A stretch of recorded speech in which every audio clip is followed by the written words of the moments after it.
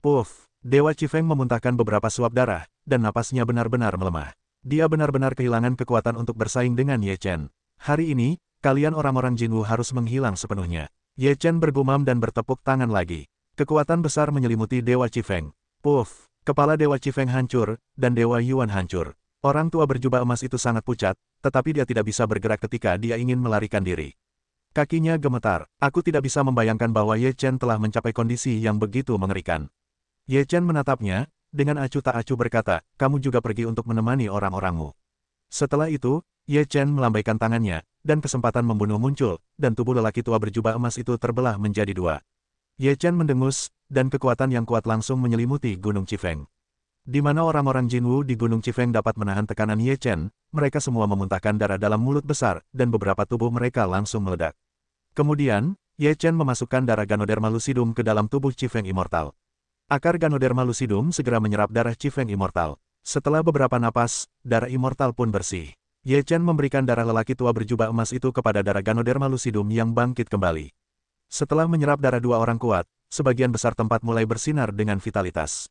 Akhirnya aku hidup. Ye Chen merasa lega. Sekarang dia tidak khawatir lagi dengan Ganoderma Lucidum yang sudah mati. Ye Chen mendaki Gunung Chifeng dan tiba di puncak Gunung Chifeng. Tanaman yang tumbuh di sini bukanlah produk biasa, tetapi dapat berubah menjadi suhu matahari yang mengerikan. Di antara tanaman-tanaman ini, ada sejenis tanaman yang memancarkan cahaya, seperti matahari yang bulat, yang sangat menyilaukan. Buah cunyang. Ye Chen sangat gembira. Buah pada tanaman ini benar-benar buah yang murni, seperti matahari, bersinar ke segala arah. Setelah melihat buah cunyang, jiwa tua itu tidak dapat menahan gemetar. Semua ramuan yang dibutuhkan untuk memurnikan pil Jiushuan Huanhun telah ditemukan. Ini selangkah lebih dekat menuju kebangkitannya. Ye Chen menggali buah cunyang beserta akar dan batangnya, dan memasukkannya ke dalam kantung surga dan bumi dewa. Semua bahan obat telah disiapkan. Sekarang kembalilah ke tanah suci Sanxing dan mulailah memurnikan pil. Ye Chen tidak sabar untuk mengatakannya. Setelah meninggalkan Gunung Chifeng, Ye Chen datang ke laut dan tidak melihat kura-kura tua itu. Ye Chen mendengus dingin, kura-kura tua itu pasti mengira aku tidak bisa hidup, dan merasa bebas, jadi tidak ada penantian yang jujur di sini. Ye Chen menyeringai di sudut mulutnya, dan hatinya tergerak. Kura-kura tua, yang sedang beristirahat di dasar laut, menyipitkan matanya dengan nyaman. Tiba-tiba, dia merasakan sakit yang tajam di kepalanya, yang membuatnya merasa sangat sedih sehingga dia jatuh langsung ke dasar laut. Seluruh laut berjatuhan, laut mengaduk bumi. Kamu kura-kura, beraninya kamu tidak mematuhi perintahku. Suara Ye Chen bergema di benak kura-kura tua itu. Kura-kura tua itu sangat terkejut sehingga dia memohon belas kasihan, aku salah. Aku tidak berani. Ye Chen bersikap acuh tak acuh, membiarkan kura-kura tua itu bertahan sebentar. Kura-kura tua itu akan segera menghancurkan dasar laut, laut pun menimbulkan gelombang besar. Tuan, ampuni nyawamu. Kura-kura tua itu terus memohon belas kasihan. Ye Chen bersenandung dan menyingkirkan pikirannya. Rasa sakit yang menusuk di kepala kura-kura tua itu lenyap dalam sekejap. Kura-kura tua itu tidak kembali ke pikirannya setelah setengah suara. Dia mengapung di laut seperti kura-kura mati. Ye Chen jatuh di punggung kura-kura itu dan berkata, pergi, tinggalkan Laut Cina Timur. Tinggalkan Laut Cina Timur. Kura-kura tua itu mengangkat kepalanya karena terkejut, dan wajahnya bingung. Ye Chen berkata, apa? Apakah kamu punya masalah? Petik 2. Kura-kura tua itu menggelengkan kepalanya dengan tergesa-gesa. Dia tidak ingin sakit kepala lagi. Hidup ini terlalu menyakitkan. Kura-kura tua itu menggendong Ye Chen ke timur. Ketika dia tiba di tepi laut, dia berubah menjadi lelaki tua bungkuk, bersandar pada tongkat, mengikuti Ye Chen. Ye Chen membawa kura-kura tua itu kembali ke tanah suci Sanxing, dan menemukan pendeta Tao Qingsu dengan tergesa-gesa. Pendeta Tao Qingsu terkejut melihat Ye Chen kembali dan membawa kembali seorang lelaki tua yang setengah langkah dan lengkap. Orang tua itu adalah kura-kura tua. Kamu tidak perlu khawatir tentang dia. Ye Chen berkata, leluhur, aku telah mendapatkan semua ramuan untuk memurnikan pil Jiushuan Huanhun. Saya ingin menggunakan tungku Tai Chi Bagua untuk memurnikan pil Jiushuan Huanhun. Pendeta Tao Qingsu cukup terkejut. Tanpa diduga, Ye Chen menemukan semua bahan obat. Dia membelai jenggotnya yang panjang dan berkata sambil tersenyum, apakah kamu tahu cara memurnikan pil Jiushuan Huanhun? Ye Chen tertegun sejenak. Dia begitu senang sehingga dia melupakan hal ini. Pendeta Tao Qingsu langsung tertawa, lalu mengeluarkan sebuah gulungan kuno dan berkata, ini adalah cara memurnikan pil Jiushuan Huanhun. Para leluhur berhasil memurnikannya menurut metode ini. Ambillah. Setelah itu, pendeta Tao Qingsu memberikan Ye Chen gulungan kuno dan tungku Tai Chi Bagua. Tampaknya dia sudah siap untuk menunggu Ye Chen. Setelah mengambil alih, Ye Chen segera berterima kasih kepadanya dan mengambil gulungan kuno dan tungku Tai Chi Bagua untuk menemukan sebuah gua, siap untuk mulai memurnikan pil Jiushuan Huanhun. Ye Chen dengan saksama mengamati resep untuk memurnikan pil Jiu Xuan Huanhun, yang mencatat dengan sangat rinci langkah-langkah pemurnian pil dan pengendalian panas, dan secara khusus mencatat bahwa tidak boleh ada penyimpangan, jika tidak, itu mungkin gagal dan membuang-buang bahan obat. Setelah Ye Chen selesai membaca, wajahnya menjadi berwibawa dan berkata pada dirinya sendiri, hanya ada satu bagian dari bahan obat ini. Jika ada sedikit penyimpangan, itu mungkin tidak berhasil. Jiwamu kuat dan dapat dikendalikan dengan sangat tepat, tetapi hanya jika tidak ada seorang pun yang diizinkan mengganggumu. Kata jiwa tua itu. Ye Chen menarik napas dalam-dalam. Dia berkata kepada kura-kura tua di luar gua, mulai sekarang, kamu harus tetap di luar gua. Tidak seorang pun diizinkan mendekatinya. Kamu tidak diizinkan masuk. Jika tidak, kamu akan bertanggung jawab atas konsekuensinya. Baik, Tuan. Kura-kura tua itu berkata dengan cepat. Ye Chen memblokir gua, mengeluarkan tungku Teiji Bagua, dan kemudian menyingkirkan semua ramuan secara berurutan. Ye Chen membuka tangannya dan melemparkan api ungu ke dalam tungku Teiji 8 trigram, di mana api langsung membumbung tinggi. Ye Chen telah mengingat semua langkah alkimia dalam benaknya. Dia tidak melepaskan detail apapun. Dia mengambil beberapa napas dalam-dalam untuk menenangkan dirinya. Kamu bisa, jiwa tua itu menyemangatinya. Wajah Ye Chen menjadi sangat serius. Dia pertama-tama mengambil buah matahari murni, buah emas itu penuh dengan panas di tangannya. Ye Chen melemparkan buah yang murni ke dalam tungku, kemudian mulai mengendalikan panas, dan membuat buah yang murni menjadi cair, meninggalkan esensinya. Suhu pemurnian buah cunyang harus sesuai. Mudah untuk membakar yang buah murni secara menyeluruh. Jika kurang, itu tidak dapat dimurnikan. Itu akan memengaruhi kualitas Jiu Xuan Huanhun. Ye Chen dengan hati-hati mengendalikan api, kekuatan jiwa terbuka penuh, menatap kompor secara menyeluruh. Cunyang buah perlahan meleleh di tungku, cangkangnya terbakar oleh api, dan kekuatan di dalamnya berubah menjadi cair di bawah pembakaran api. Setelah proses penyulingan yang panjang, kotoran di dalamnya pun dimurnikan, hanya menyisakan setetes cairan emas di tungku. Ye Chen merasa sedikit lega, dan yang buah yang murni pun berhasil dimurnikan. Setelah itu, Ye Chen membuka kotak yang berisi 3 bunga itu. Ada 3 helai daun dan 3 kelopak di dalamnya. Tidak terlihat cerah, tetapi tidak vulgar. Ye Chen melemparkan bunga Sansheng ke dalam tungku. Ia ingin memurnikan bunga Sansheng menjadi bubuk. Bunga Sansheng dibakar dalam api, dan rimpang serta daunnya dibakar hingga bersih. 3 kelopak yang tersisa perlahan-lahan berubah bentuk. Ye Chen dengan hati-hati mengendalikan api, tetapi ragu-ragu dan terlalu tegang, dan 1 kelopak langsung terbakar. Ye Chen terkejut dan segera menyesuaikan pikirannya dan berkonsentrasi pada pemurnian. 1 kelopak bunga tidak akan memengaruhi kualitas Jiu Xuan Huanhun, tetapi jika hanya 1 kelopak yang tersisa, kualitasnya akan sangat berkurang dan efek menghidupkan kembali orang mati tidak akan tercapai. Tidak apa-apa, lakukan dengan perlahan. Jiwa tua juga sangat gugup dan mendorong. Ye Chen menarik napas dalam-dalam dan merasakan lebih banyak tekanan di hatinya. Dia terus menatap bunga Sansheng tanpa berkedip. Akhirnya, bunga Sansheng dimurnikan menjadi sedikit bubuk dalam suasana yang menegangkan seperti itu. Langkah selanjutnya adalah ekstraksi darah Ganoderma lucidum, yang lebih sulit daripada 2 ramuan pertama untuk diekstraksi menjadi cairan. Setelah daging Ganoderma lucidum darah dudu dilemparkan ke dalam tungku, daging itu dengan cepat layu di bawah suhu api yang tinggi. Ye Chen segera mengendalikan suhu, yang tidak menghancurkan darah Ganoderma lucidum. Ye Chen menghela napas, dan Ganoderma lucidum membakar bagian yang tidak berguna di bawah api, dan perlahan meleleh menjadi setetes cairan merah.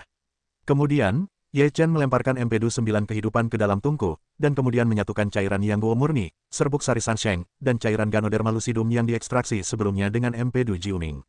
Langkah ini adalah langkah tersulit dalam alkimia. Selain memadukan 4 jenis bahan obat, juga perlu mengekstrak kotoran empedu Jiuming.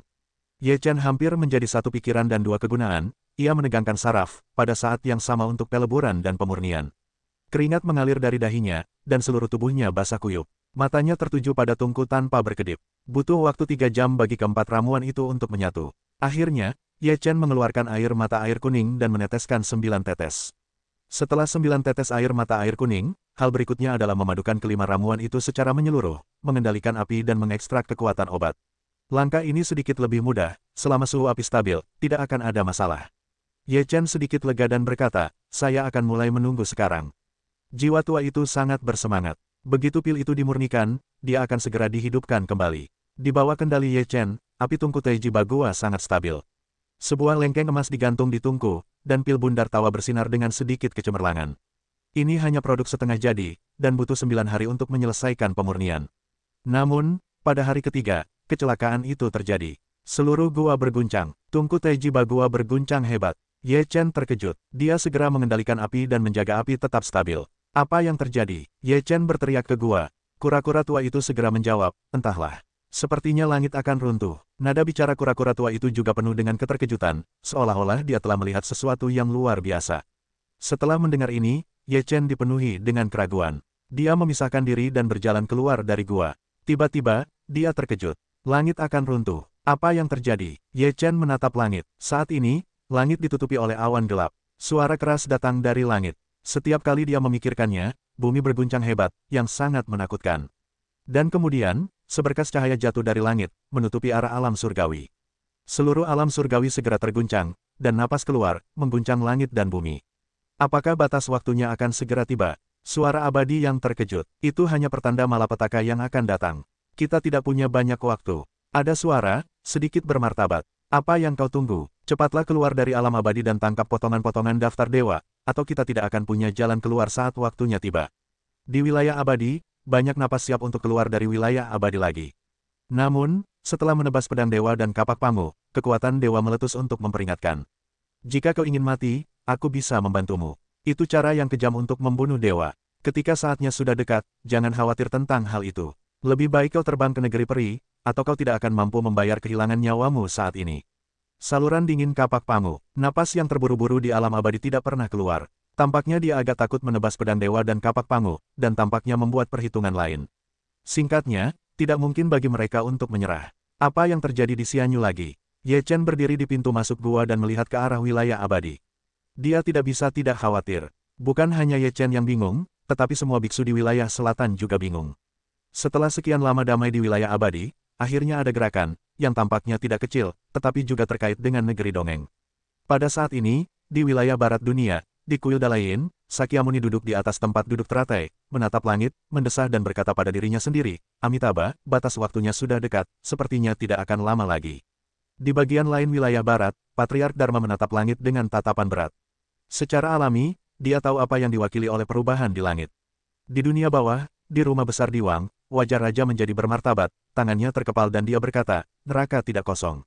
Bagaimana saya bisa pergi? Sayangnya, dunia manusia. Pendeta Tao tua dari kuil Qingyun duduk di atas lembu hijau, menatap langit, dan berkata sambil tersenyum, aku harus pergi ke negeri dongeng untuk bermain, bagaimana menurutmu? Pendeta Tao tua itu menepuk Qingyu, dan Qingyu mengeluarkan suara keras. Guru, apakah Anda akan pergi ke surga? Orang tua itu bingung. Pendeta Tao tua itu berkata dengan wajah serius, Anda baru saja pergi ke surga. Jika Anda dapat berbicara, saya menyebutnya negeri dongeng Feisheng. Tidak sama, cara seseorang menggerakkan mulutnya. Pendeta Tao tua itu melotot ke arah Tao satu persatu, dan kemudian berkata dengan wajah ramah, Daoyi, jika Anda seorang guru, Anda akan menjadi satu-satunya. Anda harus berlatih keras. Saya tidak dapat gagal memenuhi harapan saya. Saya akan menunggu Anda di negeri dongeng. Daoyi berkata, dunia ini sangat baik, mengapa surga? Pendeta Tao tua itu berkata, Anda pikir Anda ingin menjadi guru. Ketika saatnya tiba, Anda tidak dapat menahannya. Dunia iblis. Berdiri di atas para dewa dan iblis, seorang lelaki tua tampak berwibawa, mengepalkan tinjunya, menatap langit, dan berkata pada dirinya sendiri, apakah itu akan datang begitu cepat? Sepertinya kita harus memperhatikannya dengan saksama. Jika tidak, saya khawatir kita akan kehilangan kesempatan besar. Di belakang lelaki tua itu, penguasa kerajaan iblis berdiri dengan hormat. Mendengar kata-kata lelaki tua itu, dia berkata, Ayah, apakah Anda akan terbang ke negeri dongeng? Lelaki tua itu berkata, waktunya akan tiba. Itu tidak dapat diubah. Oleh karena itu, kita harus tergerak. Jika tidak, kita tidak akan memiliki kesempatan sampai orang-orang Xianyu bergerak. Petik 2. Di kuil, Kaisar dan Permaisuri berdiri di belakang seorang lelaki tua berjubah ungu. Lelaki tua berjubah ungu itu menatap langit untuk waktu yang lama, dan akhirnya memancarkan cahaya dingin di bawah air, dan berkata, waktunya telah tiba, aku harus melakukan sesuatu. Kaisar dan Permaisuri saling memandang dengan tatapan yang rumit. Langit muncul, semua orang kuat di 4 negeri dongeng berikutnya akan tetap terkejut. Kaisar Dewa Tua dan penguasa dunia iblis lama, yang belum pernah muncul, semuanya muncul. Mereka semua bermaksud untuk merebut bagian-bagian dari daftar Feng Shen sebelum orang-orang kuat di alam abadi mengambil tangan mereka. Ye Chen tidak tahu bahwa krisis akan datang. Ye Chen menatap langit berangsur-angsur pulih, langit kembali tenang lagi, langit cerah ribuan mil, tidak ada jejak yang tersisa. Ye Chen memiliki firasat buruk di hatinya. Perubahan langit jelas bukan kebetulan. Sesuatu pasti telah terjadi, dan itu ditujukan pada orang-orang kuat di negeri dongeng Xianyu. Ada apa? Ye Chen mengerutkan kening dan berpikir lama. Dia memutuskan untuk meninggalkan tanah suci Sanxing dan pergi ke tempat di mana susunan langit dan bumi Jalan Kaisar Buxia terus memurnikan alkimia. Ye Chen meninggalkan tanah suci Sanxing. Sebelum pergi, Ye Chen memberitahu kura-kura tua itu untuk pergi ke sisi lain laut utara untuk melindungi Liu Piaoyue dan yang lainnya. Kura-kura tua itu tidak berani memiliki perasaan aneh. Dia pergi ke wilayah utara untuk mencari keluarga Ye Chen. Dan Ye Chen datang ke pusat susunan langit dan bumi Jalan Kaisar dan terus memurnikan pil. Pil ini masih memiliki 6 hari untuk keluar dari oven. Itu tidak boleh diserahkan di tengah jalan. Xian Cheng, Paviliun Guanxian. Tuan tua paviliun berdiri di panggung surgawi, menatap ke langit, membuka susunan besar, dan mulai meramal. Di samping Tuan Paviliun tua, masih ada seorang pria dan seorang wanita. Mereka adalah 2 anak laki-laki dan perempuan. Mereka bukan yang lain, mereka adalah Gu Wen dan Gu Tian. Kedua saudara laki-laki dan perempuan Gu Wen dan Gu Tian secara kebetulan menyukai mereka, dan kemudian menerima mereka sebagai murid dan mengajari mereka keterampilan terbang Tiongkok kuno dan surga kuno. Baik prosa kuno maupun surga kuno sangat berbakat dan ahli dalam seni mekanisme alam, dan mereka memenuhi harapan Tuan tua paviliun. Seni mekanisme surgawi telah membuat kemajuan besar dan pasti akan dapat mewarisi jubah Tuan tua paviliun di masa depan. Tuan tua paviliun mulai meramal di Guanxiantai. Tangannya terus-menerus mencubit sidik jarinya, dan kemudian dia terus menggambarnya di peta 8 trigram. Sinar cahaya dan rune saling terkait, dan Tuan paviliun tua itu tenggelam dalam sekejap. Tuan paviliun tua itu duduk di bawah cahaya. Seluruh orang itu sangat sakral. Setelah beberapa saat, cahaya itu tiba-tiba memudar. Wajah Tuan paviliun tua itu sedikit muram, dan dia tidak berbicara setengah suara. Melihat ekspresi Tuan tua itu, dia bertanya dengan cemas, "Tuan, bagaimana situasinya?" Master paviliun tua itu menarik napas dalam-dalam, lalu mendesah, dan berkata, "Kali ini, Ye Chen mengalami terlalu banyak malapetaka. Jika kamu dapat melewati malapetaka itu dengan selamat, setidaknya jalannya akan mulus sebelum penerbangan. Jika kamu tidak dapat melewatinya, kamu akan mati. Apakah ada cara untuk memecahkannya?" Dalam hatinya, Gu Wen bertanya dengan tergesa-gesa. Master kabinet tua itu berkata, "Untuk melepaskan lonceng itu, kamu harus mengikat orang yang memegang lonceng itu. Tidak ada yang dapat membantu masalah ini. Hanya Ye Chen yang dapat menyelamatkan dirinya sendiri, dan akan ada perampokan sekarang." Ini adalah awal perampokannya. Gu Wen segera berkata, "Aku akan menyuruhnya bersembunyi."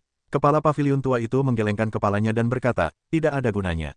Apa yang seharusnya terjadi tidak dapat dihindari." Gu Wen berlutut dan memohon, "Guru, Anda sangat kuat. Tolong bantu kakak laki-laki Ye Chen. Guru, kakak laki-laki Ye Chen telah menyelamatkan hidup kita. Tolong bantu dia." Gu Tian juga berlutut untuk meminta tahu. Kepala paviliun tua itu menatap kedua murid kesayangannya dan menghela nafas, "Hanya saja, ini juga kehendak surga. Saya harus menemukan seseorang. Anda dapat tinggal di paviliun Guanxian dan Anda tidak dapat pergi." Tuan paviliun tua itu memerintahkan. Gu Wen dan Gu Tian mengangguk dan setuju, dan pemilik paviliun tua itu segera meninggalkan paviliun Guanxian. Kuil King Yun, pendeta Tao tua itu sedang duduk di kuil Tao yang kumuh dengan seekor banteng hijau berbaring di sisinya. Dia tiba-tiba melihat ke kejauhan dan berkata sambil tersenyum, "Teman datang dari jauh, bukan?"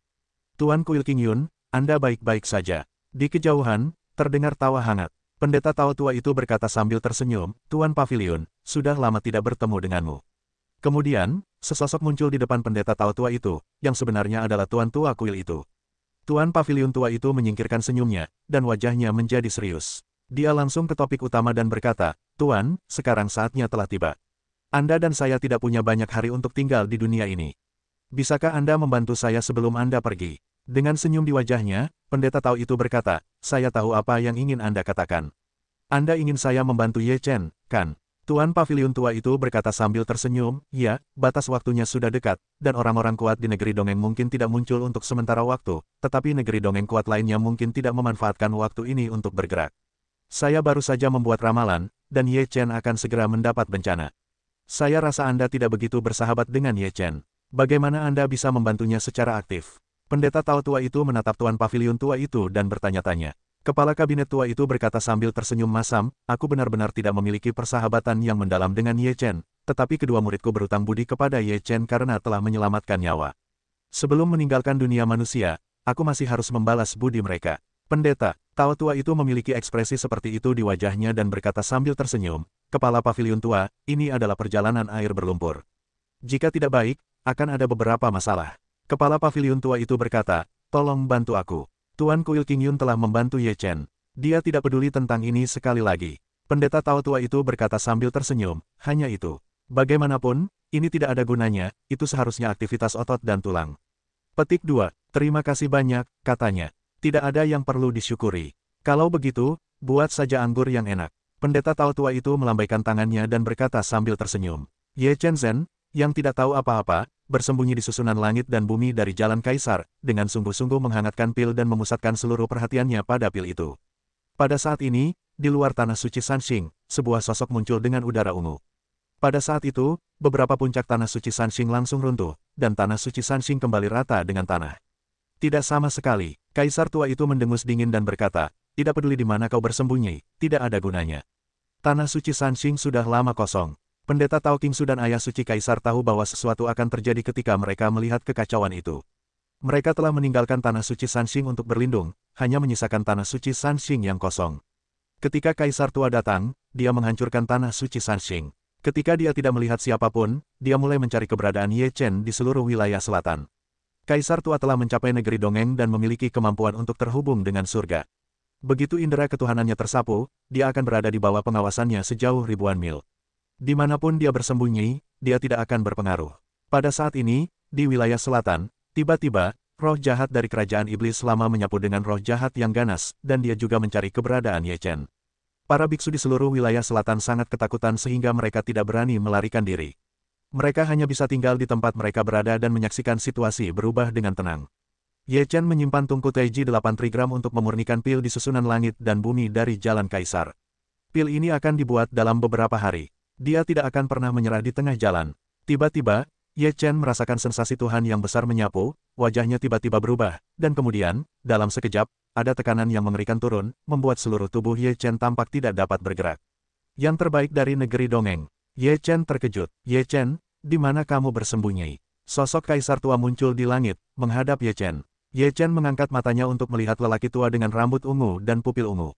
Dia tertegun sejenak. Dia tidak menyangka bahwa orang pertama yang datang ke pintu adalah orang kuat abadi dari Protos. Mengapa aku harus bersembunyi? Ye Chen berkata terus terang. Pada saat ini, rasa takut tidak berpengaruh, lebih baik menghadapinya dengan tenang. Kaisar tua berkata dengan suara dingin, fragmen daftar Feng Shen adalah milikku.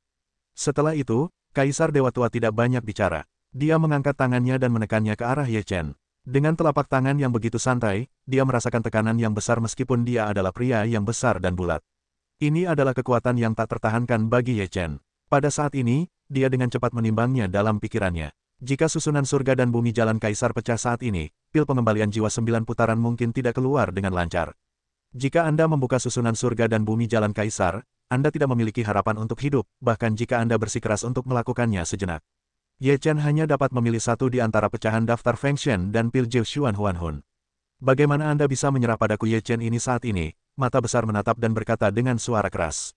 Bunuh kau, pecahan daftar dewa itu masih milikku.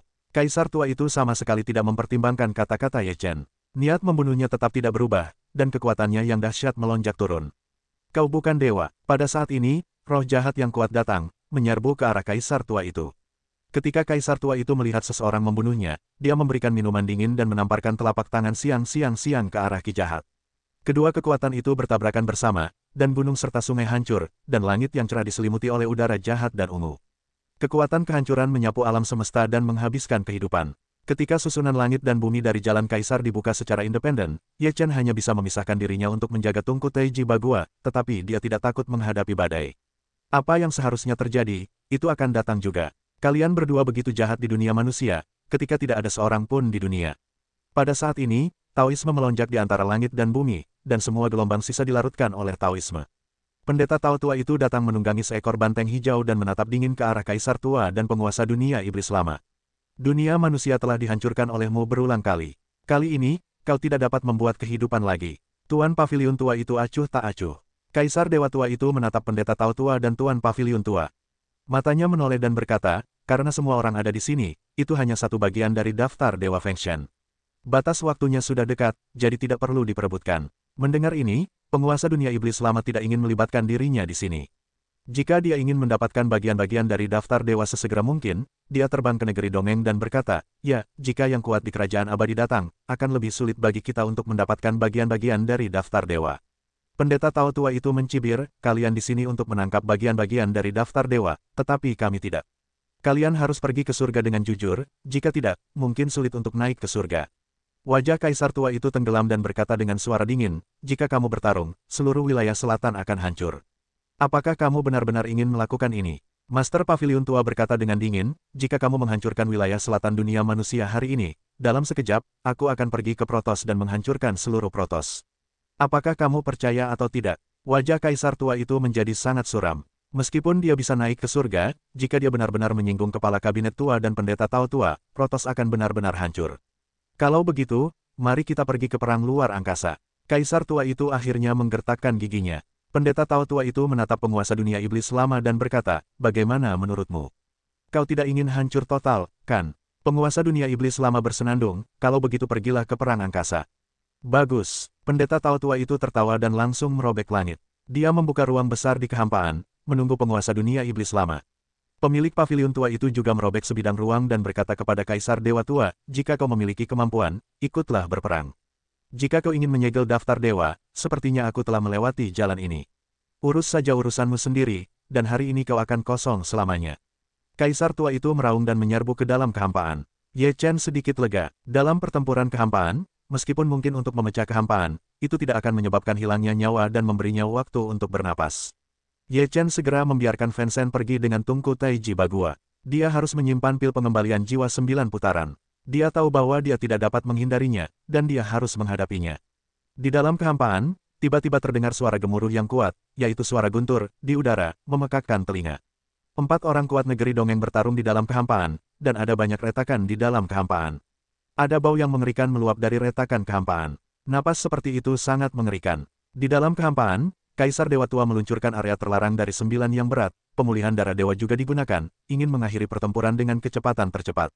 Semakin lama waktu pertempuran, semakin tidak menguntungkan bagi mereka. Mereka hanya ingin mengambil potongan-potongan daftar Feng Shen dan terbang ke negeri dongeng sebelum orang-orang kuat di wilayah abadi harus bertarung dengan cepat untuk membunuh Cheng Yaojin. Namun, kepala kabinet tua itu juga tidak menunjukkan kelemahan, mengeluarkan cara yang paling kuat, dan segera meluncurkan sebuah arai. Seluruh arai itu seperti labirin, penuh dengan variabel. Di dalam arai, Kaisar Dewa Tua berlari merajalela dengan kekuatan teror yang absolut, dan budaya Fu yang tak terhitung jumlahnya mengalir keluar dari seluruh arai, membuat serangkaian peluang pembunuhan yang mengerikan untuk membunuh Kaisar Dewa Tua itu. Ledakan, kekuatan medan Kaisar Lama telah mencapai batasnya. Itu adalah teror yang tak tertandingi. Tidak ada kesempatan untuk membunuh siapapun di medan tersebut. Kekuatan dahsyat Kaisar Lama tidak hanya meletus, tetapi juga seluruh susunannya bergetar. Tangan Master Pavilion Lama terus-menerus tercetak, dan pedang koin tembaga muncul di tangannya. Pedang koin tembaga adalah senjata ajaib kehidupan Kaisar Lama, yang secara langsung berubah menjadi cahaya ilahi dan membunuh Kaisar Lama. Kaisar tua itu memegang pedang petir ungu. Dia menebasnya dengan pedang yang sama. Petir itu begitu keras sehingga bertabrakan dengan pedang koin tembaga. Dua kekuatan dahsyat itu saling terkait, dan pedang itu penuh dengan cahaya dan melesat keluar. Pertarungan antara pendeta Tao Tua dan penguasa dunia iblis lama bahkan lebih mengerikan. Pendeta Tao Tua membunuh Master Dunia Iblis Lama dengan ribuan jalan, dan Master Dunia Iblis Lama bertarung dengan kekuatan dewa dan iblis. Kedua pria itu bertarung dengan sengit. Ye Chen tidak bisa melihat pertempuran di luar angkasa, tetapi dia tidak diam. Nawawazi terus-menerus berpikir dan berkata dengan suara acak, Tuan Kuil King Yun, aku akan meminjamkanmu harta karun. Setelah itu, Ye Chen mengorbankan 8 diagram Taiji dan pergi ke pendeta Tao Tua itu. Ini adalah 8 diagram Taiji. Ini memiliki cahaya suci untuk menekan ki jahat. Bunuh dia dengan cahaya suci. Ye Chen berkata dengan suara keras. Ketika pendeta Tao mendengar kata-kata itu, dia tertawa dan membunuh 8 diagram Tai Chi ke arah penguasa kerajaan iblis lama. Ketika dia bertemu dengan roh jahat itu, dia segera melemparkan cahaya suci. Pendeta Tao itu segera mendesak 8 diagram Taiji dengan kekuatannya yang kuat. Kekuatan 8 diagram Taiji tiba-tiba meningkat, dan cahaya suci itu menjadi semakin menakutkan, yang tak terhitung jumlahnya lebih kuat daripada yang ada di tangan Ye Chen. Penguasa dunia iblis lama tiba-tiba mengubah wajahnya ketika dia melihat cahaya itu. Jika cahaya itu ditekan, dia pasti telah kehilangan keuntungannya. Bahkan jika dia tidak bisa kalah, dia pasti tidak akan menang. Ki jahat langsung dimurnikan di bawah cahaya suci. Tidak peduli seberapa mengerikan gas jahat itu, cahaya suci itu selalu ditekan. Selama penguasa kuil King Yun menang, akan mudah untuk berurusan dengan Kaisar Lama. Ye Chen menyentuh dagunya dan memikirkan kereta gantung itu. Di bawah cahaya suci, penguasa dunia iblis lama sangat tenang. Bahkan jika dia diserang oleh kekuatan yang kuat dan dimurnikan oleh cahaya suci, kekuatannya akan sangat berkurang, dan dia tidak dapat bersaing dengannya. Dengan bantuan 8 diagram Taiji, pendeta Tao Tua itu menjadi semakin berani dan kuat dalam Perang Vietnam dan menekan penguasa dunia iblis lama. Wajah penguasa iblis tua itu sangat suram. Jika kamu terus seperti ini, jangan katakan kamu bisa mendapatkan potongan-potongan daftar dewa. Bahkan jika kamu berhasil terbang ke negeri dongeng, itu masih tergantung.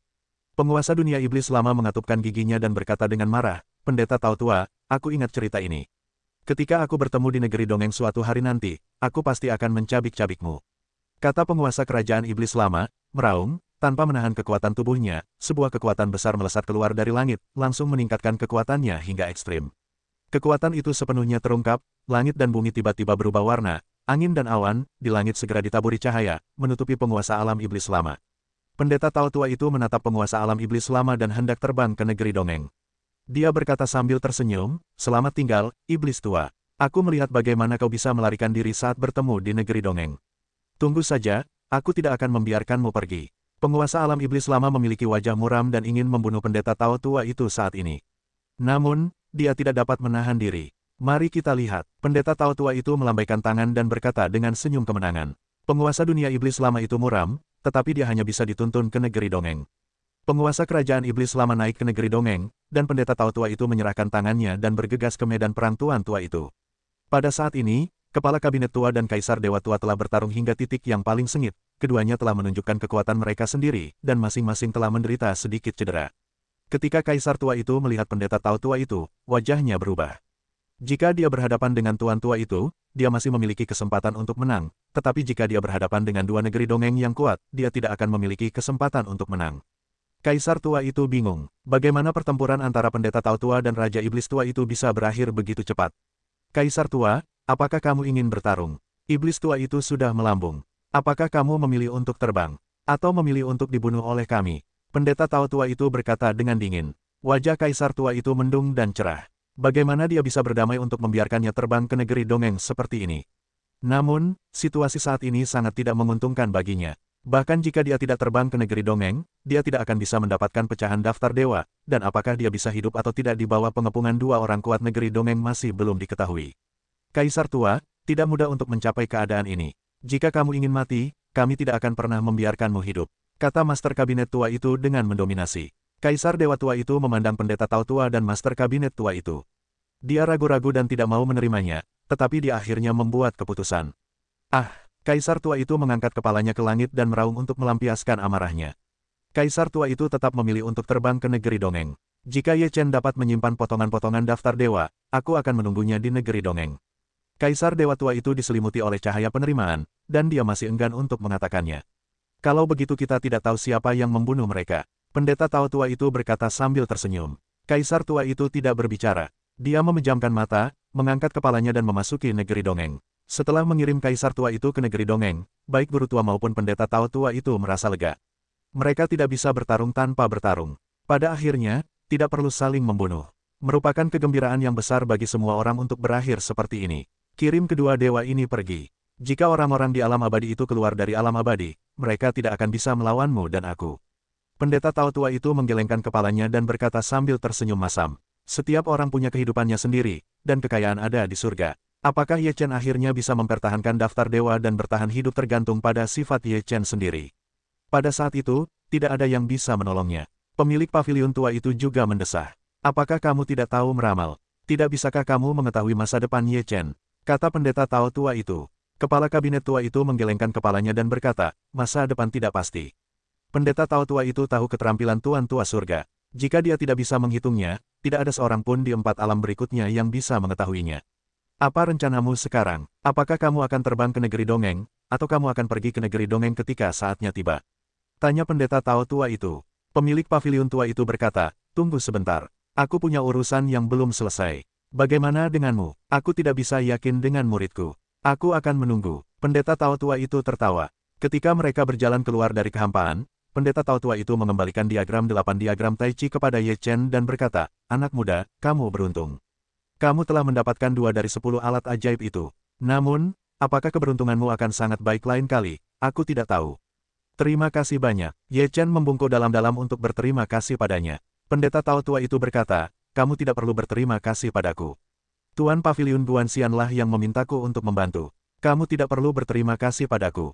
Jika bukan karena kedua murid itu, aku tidak akan melakukannya." Mendengar ucapan itu, Ye Chen tersenyum pahit dan berkata, tidak peduli apapun, Ye Chen Ming akan mengingat kebaikan besar dari kedua pendahulu itu. Jika Ye Chen tidak mati, dia akan membalas kebaikan ini di masa depan. "Baiklah, sebaiknya kamu pikirkan bagaimana cara melewati kesulitan berikutnya." Pendeta Tao tua itu melambaikan tangannya dan berkata kepada kepala paviliun tua itu, "Kawan lama, aku pergi dulu. Selamat tinggal, jaga dirimu." Kepala paviliun tua itu melihat pendeta Tao tua itu pergi. Kemudian, pemilik paviliun tua itu melihat ke arah Ye Chen dan berkata, "Jika daftar dewa tidak dapat disimpan, menyerahlah dan tinggalkan hidupmu. Dengan bakat dan keberuntunganmu, tidak ada masalah dalam mendaki ke negeri dongeng di masa depan. Jangan terlalu gigih." Ye Chen menganggukkan kepalanya dan berkata, "Aku ingat." Master paviliun tua itu tidak mengatakan apa-apa lagi dan pergi. Ye Chen menghela napas panjang, ini baru permulaan, dia melihat wilayah abadi dari jauh, di mana yang paling mengerikan. Lebih baik menyerahkan potongan-potongan daftar itu untuk saat ini. Jiwa tua itu menasihati. Ye Chen berkata, "Demi keempat bagian daftar Fengshen ini, aku telah bertahan begitu lama dan menghadapi krisis berulang kali, aku tidak bisa menyerah begitu saja. Aku masih ingin berjudi sebelum saat terakhir." Jiwa tua itu menggelengkan kepalanya tanpa daya. Ye Chen telah memutuskan bahwa tidak ada gunanya membujuknya. 5 hari dan telah berlalu, dan tidak ada gerakan dalam 5 hari terakhir. Ye Chen menatap Pil Jiu Xuan Huan Hun. Ketika hari ke-9 berakhir, api di tungku 8 trigram Taiji padam, dan Pil Jiu Xuan Huan Hun dengan cahaya kemasan bersinar di mana-mana terbang keluar dari tungku, dan aroma pil meluap.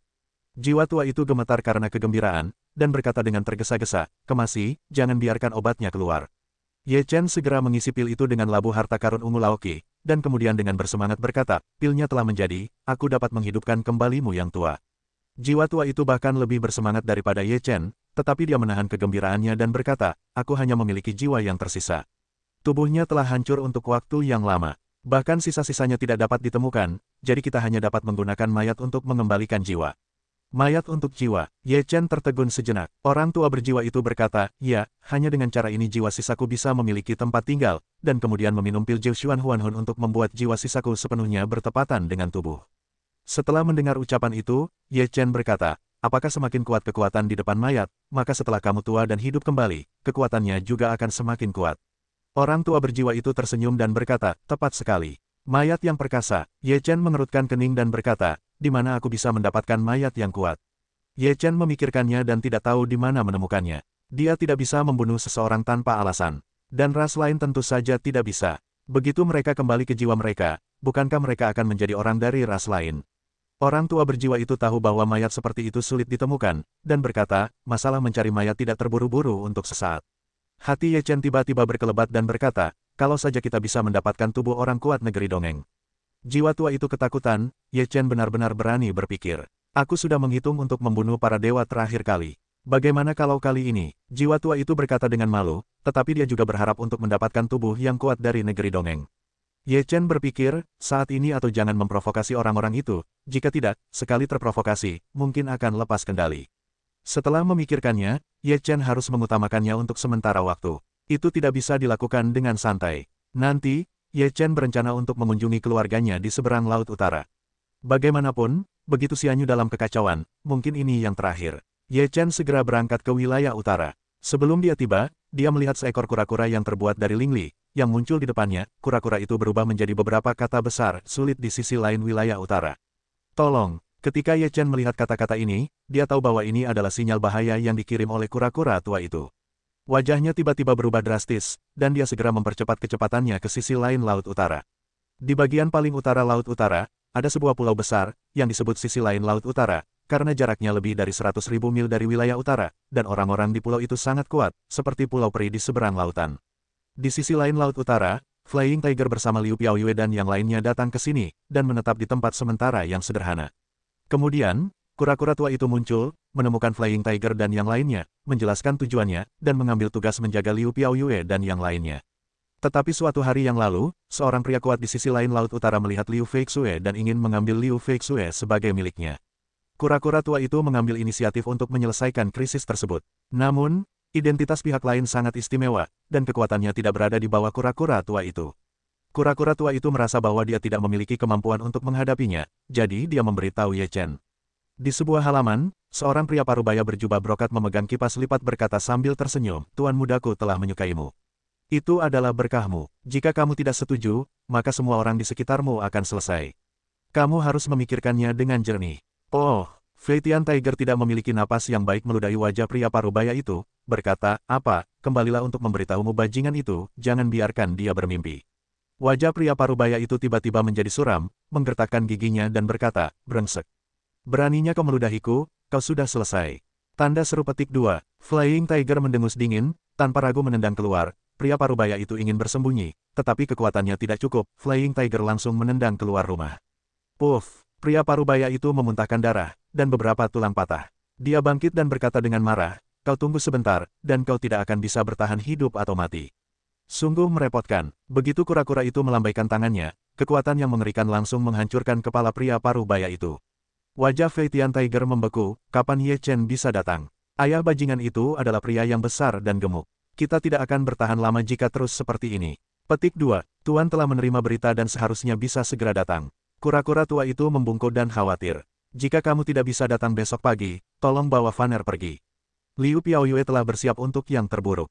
Kakak iparku, kamu tidak akan pernah membiarkanku menggerakkan tanganmu sekaligus. Kekuatan mereka begitu besar sehingga seluruh pantai seberang menjadi milik mereka. Bahkan jika kita ingin melarikan diri sekarang, aku khawatir kita tidak bisa melarikan diri. Wajah harimau Feitian tampak muram. Jika ini masalah besar, kau tidak bisa menyerah bahkan jika kau mati. Yun Fan berkata dengan dingin, aku tidak akan menyesali pagi ini. Liu Piaoyue berkata dengan tegas. Kura-kura tua itu berkata di satu sisi, kau tidak terlihat seperti sedang sekarat sekarang, oke. Keadaan belum mencapai tahap itu, dengan kecepatan Tuan, akan segera datang. Kura-kura tua, apakah itu bisa diandalkan? Tanya Yun Fan. Tentu saja, kura-kura tua itu mengiyakan. Di istana megah lainnya di sisi lain, seorang pemuda berjubah ular piton berbaring dengan nyaman di paha seorang wanita cantik. Wanita cantik itu memberinya makan buah, yang sangat nyaman. Pada saat ini, seorang pria datang dengan tergesa-gesa dan berlutut dengan satu kaki dan berkata, Tuan muda, Qin Feng dibunuh oleh mereka. Pemuda berjubah piton itu bangkit dari paha wanita cantik itu, wajahnya menunjukkan kemarahan dan berkata, mereka begitu berani, bahkan orang-orang di rumah besar Murong berani membunuh mereka. Sepertinya jika kita tidak memberi mereka warna, mereka tidak akan mengenal langit dan bumi. Pria itu berkata, Tuan muda, orang tua itu sangat kuat. Kita menderita kerugian terakhir kali. Apakah Anda ingin bertanya kepada pemiliknya kali ini? Pria muda berjubah piton itu berkata dengan dingin, apalagi yang bisa saya lakukan untuk Anda? Saya tidak ingin melakukannya sebelumnya. Sekarang mereka lebih kuat dari saya. Jika mereka ingin menghancurkan diri mereka sendiri, saya akan membantu mereka. Sekarang saya akan memanggil orang-orang yang berada di lebih dari 5 lantai di Mahayana dan memberi saya sekitar 10 izin. Ya, pria itu segera menerima perintah. Tuan muda, jangan marah. Jika Anda marah, Anda tidak akan baik-baik saja. Wanita cantik itu dengan cepat meringkuk di sisi pemuda berjubah piton, menggosok bahu pemuda berjubah piton, suaranya manis dan lembut untuk diucapkan. Pemuda berjubah ular piton itu menyentuh tangan halus wanita cantik itu dan berkata dengan senyum yang menyedihkan, cantik, aku akan membersihkanmu saat aku kembali. Pemuda mangkol melangkah keluar dari istana, bersama sekelompok orang kuat Mahayana, dengan gagah berani pergi ke kediaman Liu Piaoyue. Orang-orang di seberang jalan melihat bahwa pemuda berjubah ular piton itu begitu agresif sehingga mereka tahu bahwa pemuda itu pasti sedang mencari masalah. Konon, Murong Zeng jatuh cinta pada wanita cantik lain. Akibatnya, pihak lain juga dilindungi oleh yang kuat. Dia juga menderita beberapa kerugian. Tampaknya dia akan melakukan perampokan yang sulit sekarang. Pemerkosa ini, gadis cantik di seberang sungai, telah dirusak olehnya.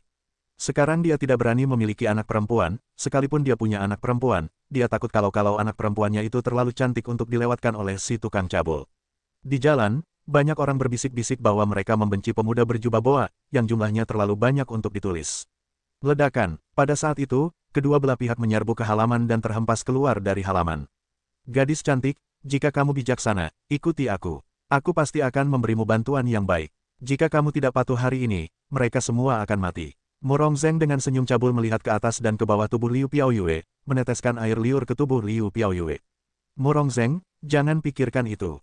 Kata-kata Liu Piaoyue dingin, jika kamu tidak ingin menjadi orang tua, kamu tidak dapat mengandalkanku. Kura-kura tua itu berdiri dan bersenandung, anak muda, jangan begitu sombong. Jika kamu tidak memiliki ayah yang bahagia, tidak akan ada 100 orang yang bisa membunuhmu, akan ada 10. Murong Zeng berkata sambil tersenyum, tapi siapa yang membiarkanku memiliki ayah yang begitu baik? Karena itu, jika kau tidak menuruti perintahku, kau akan mati. Kura-kura tua itu berkata, jika aku dipaksa untuk bergegas, aku akan membiarkanmu mati terlebih dahulu jika aku tidak ingin mati. Kau harus percaya bahwa aku memiliki kekuatan seperti itu. Wajah Murong Zeng muram, dia telah mengetahui tentang kekuatan kura-kura tua itu. Jika dia benar-benar bertarung sampai mati, kura-kura tua itu mungkin telah membunuhnya. Namun, Murong Zeng menutupi langit dengan satu tangan di sisi lain sungai. Tidak mungkin mengancamnya dengan beberapa kata. Orang tua, cobalah dan lihat apakah kau memiliki kemampuan. Murong Zeng mencibir di bibirnya.